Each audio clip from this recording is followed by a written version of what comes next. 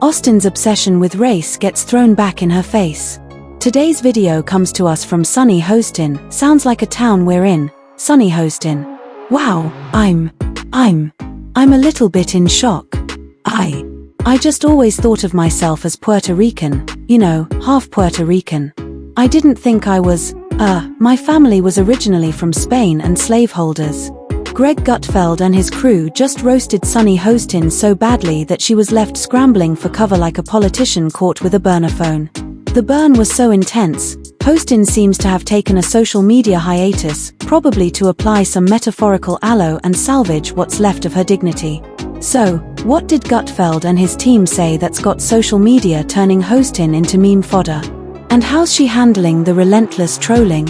Stick around, we've got all the tea, and trust me, you'll be laughing so hard you might spill yours. She was on PBS's Finding Your Roots, a show dedicated to researching celebrity ancestry. For context, Sunny is a staunch supporter of reparations and has made a fortune spewing nonsense about white privilege and racial justice. Well, turns out she's not as oppressed as she claims she is. She's actually the descendant of slave owners from Europe. Sunny Hostin has been milking identity politics for what feels like an eternity. Hostin has turned every stage she's graced into her personal soapbox, reminding the world again and again how the white man is the root of all evil and how black people have been systematically oppressed since time immemorial.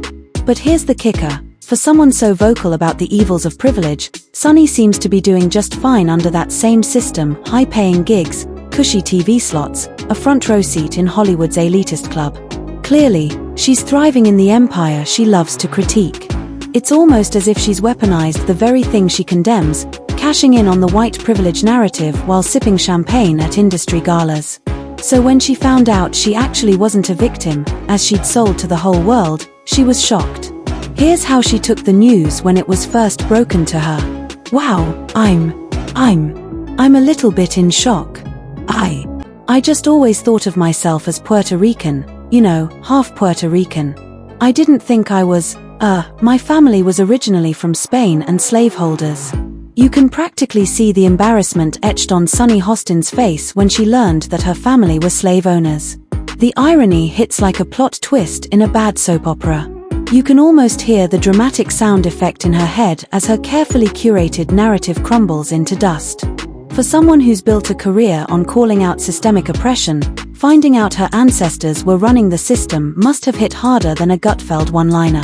It's the plot twist of the year. And now, social media is ablaze with reactions. Memes are pouring in, with some users sarcastically dubbing Sunny as the oppressed oppressor. Others are outright mocking her hypocrisy, pointing out how she capitalized on a narrative she didn't even fully understand.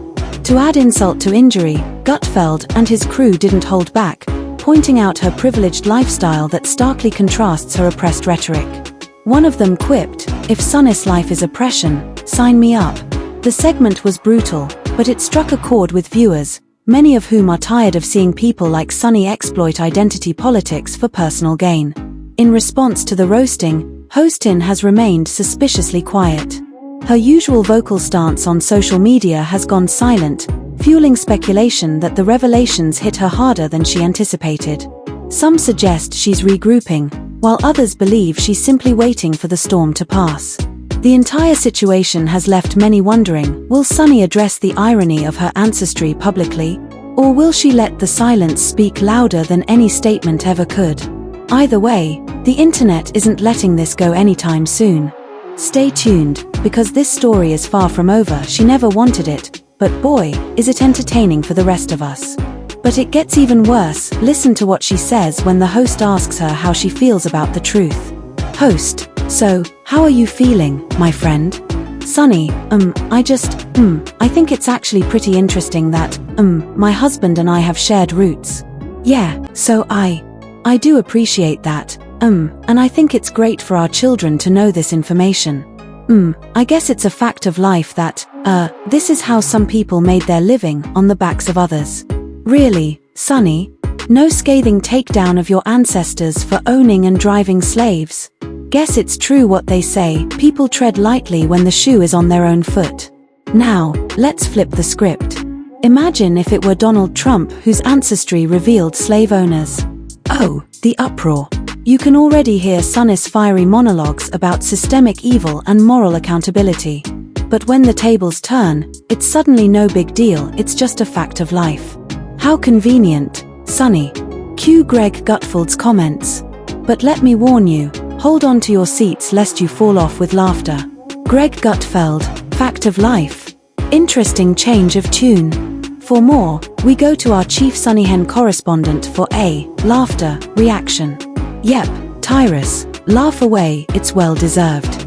Sunny's position is nothing short of laughable, a masterclass in self-contradiction. Here's someone who spends her days preaching accountability and justice, only to wave off her own family's shady history with a casual shrug. Talk about setting the bar low enough to trip over. It's almost as if her outrage comes with an on and off switch, fully charged when it's about others, but conveniently drained when it's her turn under the spotlight. So go ahead, Tyrus, keep laughing. Sunny's position isn't just laughable, it's comedy gold wrapped in a bow of irony. Gutfeld and Tyrus weren't the only ones to take a swipe at The View's host. Here comes Lou Perez's salvo. Lou Perez, it's going to be so awkward on new episodes of The View when she tries to pull the race card. Tyrus, yes. And then she's like, America is racist, and they're like, yeah, they might be racist, but they're not like slave owner racist. Lou, exactly. Like, someone we know. Oh, how we'd live for an episode like that. Picture it, Sunny Hostin, mid-rant, passionately condemning racism with her usual flair for hyperbole, when suddenly, a bold studio audience member stands up and drops the ultimate plot twist, reminding Sunny of her slave-owning ancestry. You can almost hear the collective gasp, followed by the awkward shuffling of cue cards. The dynamics here would be priceless. Would Sunny double down, deflect, or pivot faster than a politician caught in a scandal? Maybe she'd call it ancestral reparations or spin it into a tale of redemption. Either way, the hypocrisy would hang in the air thicker than Hollywood's self-congratulation at an awards show. Now, if you think Lou's take was epic, wait till you hear Lisa Tim's. Lisa Tim, one thing, and I would have even actually given her credit, is if she'd said, like, well, I guess that's just what they did back then. Yeah, she should have followed that up with something along the lines of, and I understand that this is a departure from the way I've talked about this before. Yep, Lisa nailed it. The very least Sunny Hostin could have done was to acknowledge that she now sees the whole reparations and racial argument from a slightly different angle, preferably one not dripping with irony. A touch of humility would have gone a long way. She could have gracefully admitted that her past statements might have been just a tad biased. But grace isn't exactly her strong suit. Instead, she's likely spinning this revelation into a teachable moment or conveniently burying it under more monologues about systemic oppression. Exactly. Because if she is shaming descendants of slave owners, will she continue to do that now that she's one of them? We doubt she would, because nothing says new perspective like sidestepping accountability. But hey, maybe she's still processing the irony of her ancestors partaking in the very trade she so passionately condemns. Baby steps, right? But here's where the roasting gets worse for The View's host, and it is funny. She's so wrapped up in identity, and she had no idea who she was. Well, now we understand why she always makes Whoopi get the coffee. Ouch, Dana Perez. You're just a cold-blooded mercenary.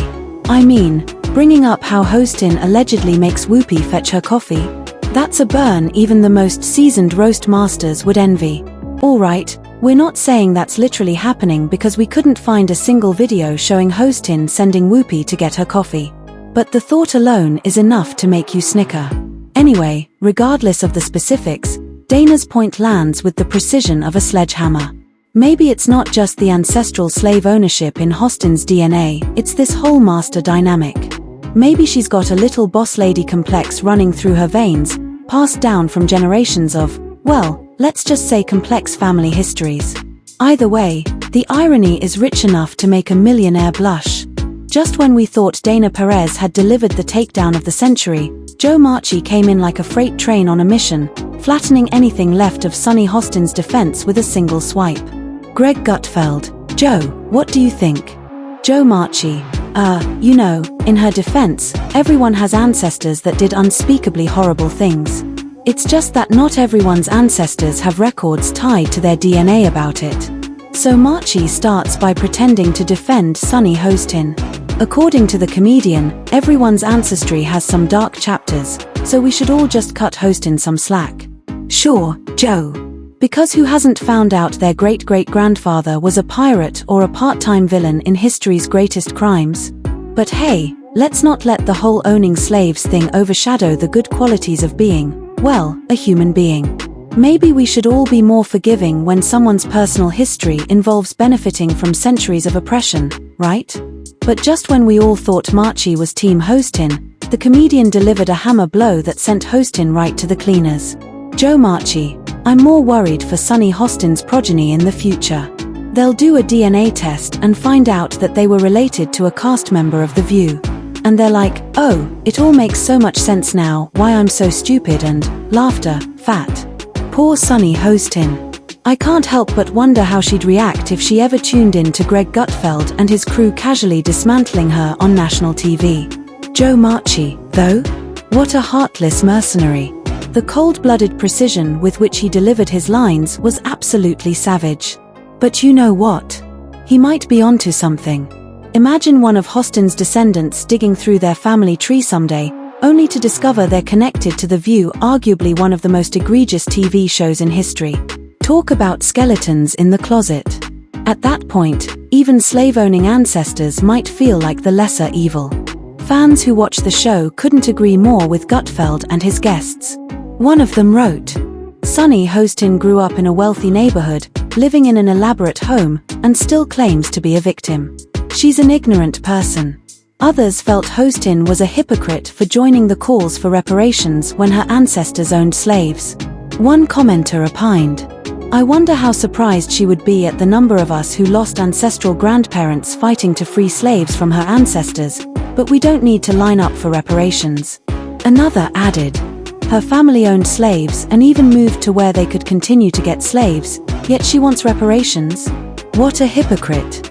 Even Megyn Kelly jumped into the fray, mocking Sunny Hostin by suggesting that the reparations advocate should be paying reparations rather than receiving them. Megyn Kelly, about her history, it turns out she's descended from slaveholders. She's descended from slaveholders, and she's apparently getting a lot of mail about her call for reparations because, guess what? She's going to be paying them, not receiving them. Yep, Kelly's absolutely right. Hostin might now have to figure out how to cut reparations checks to the descendants of the very people her family wronged. Or better yet, she could host a fundraiser with Hollywood's elite. Because nothing says justice like celebrities sipping champagne while debating how to fix centuries of oppression. Oh, the irony, Hostin advocating for reparations while secretly calculating how much it's going to cost her family. Pure gold. But Megyn Kelly's roast gets even better. Megyn Kelly, it's true. Guess there's nothing worse than finding out you're a white woman. She's so disappointed her mother was white. Oh my god, the horror. Oh, man. Making this video was an absolute blast, one rib-cracking take after another. Imagine the sheer horror on Sunny Hostin's face when she realizes she's basically a white girl in black skin. The irony is almost poetic. Here's a woman who's built an entire career out of preaching against white privilege, only to discover she's got a VIP pass to the very thing she's been railing against for years. It's like finding out the villain in your story is you. Honestly, the comedic potential here writes itself. Sunny might need a rebranding team stat. And let's not forget the existential crisis this must have triggered. Does Sunny now host seminars on her privilege, or does she double down and blame it on some cosmic clerical error? Either way, her sermons on systemic oppression just got a little harder to sell. But hey, hypocrisy is always trending. Anyway, guys, that's enough laughter for the day. If you loved our frankly light-hearted commentary, then give us a thumbs up and subscribe to this channel for more entertaining videos like this. If you also have any funny comments about the whole Greg Gutfeld Sunny Hostin situation, drop them in the comments section, we bet we'll have fun reading them. Thanks for watching, and see you in the next episode.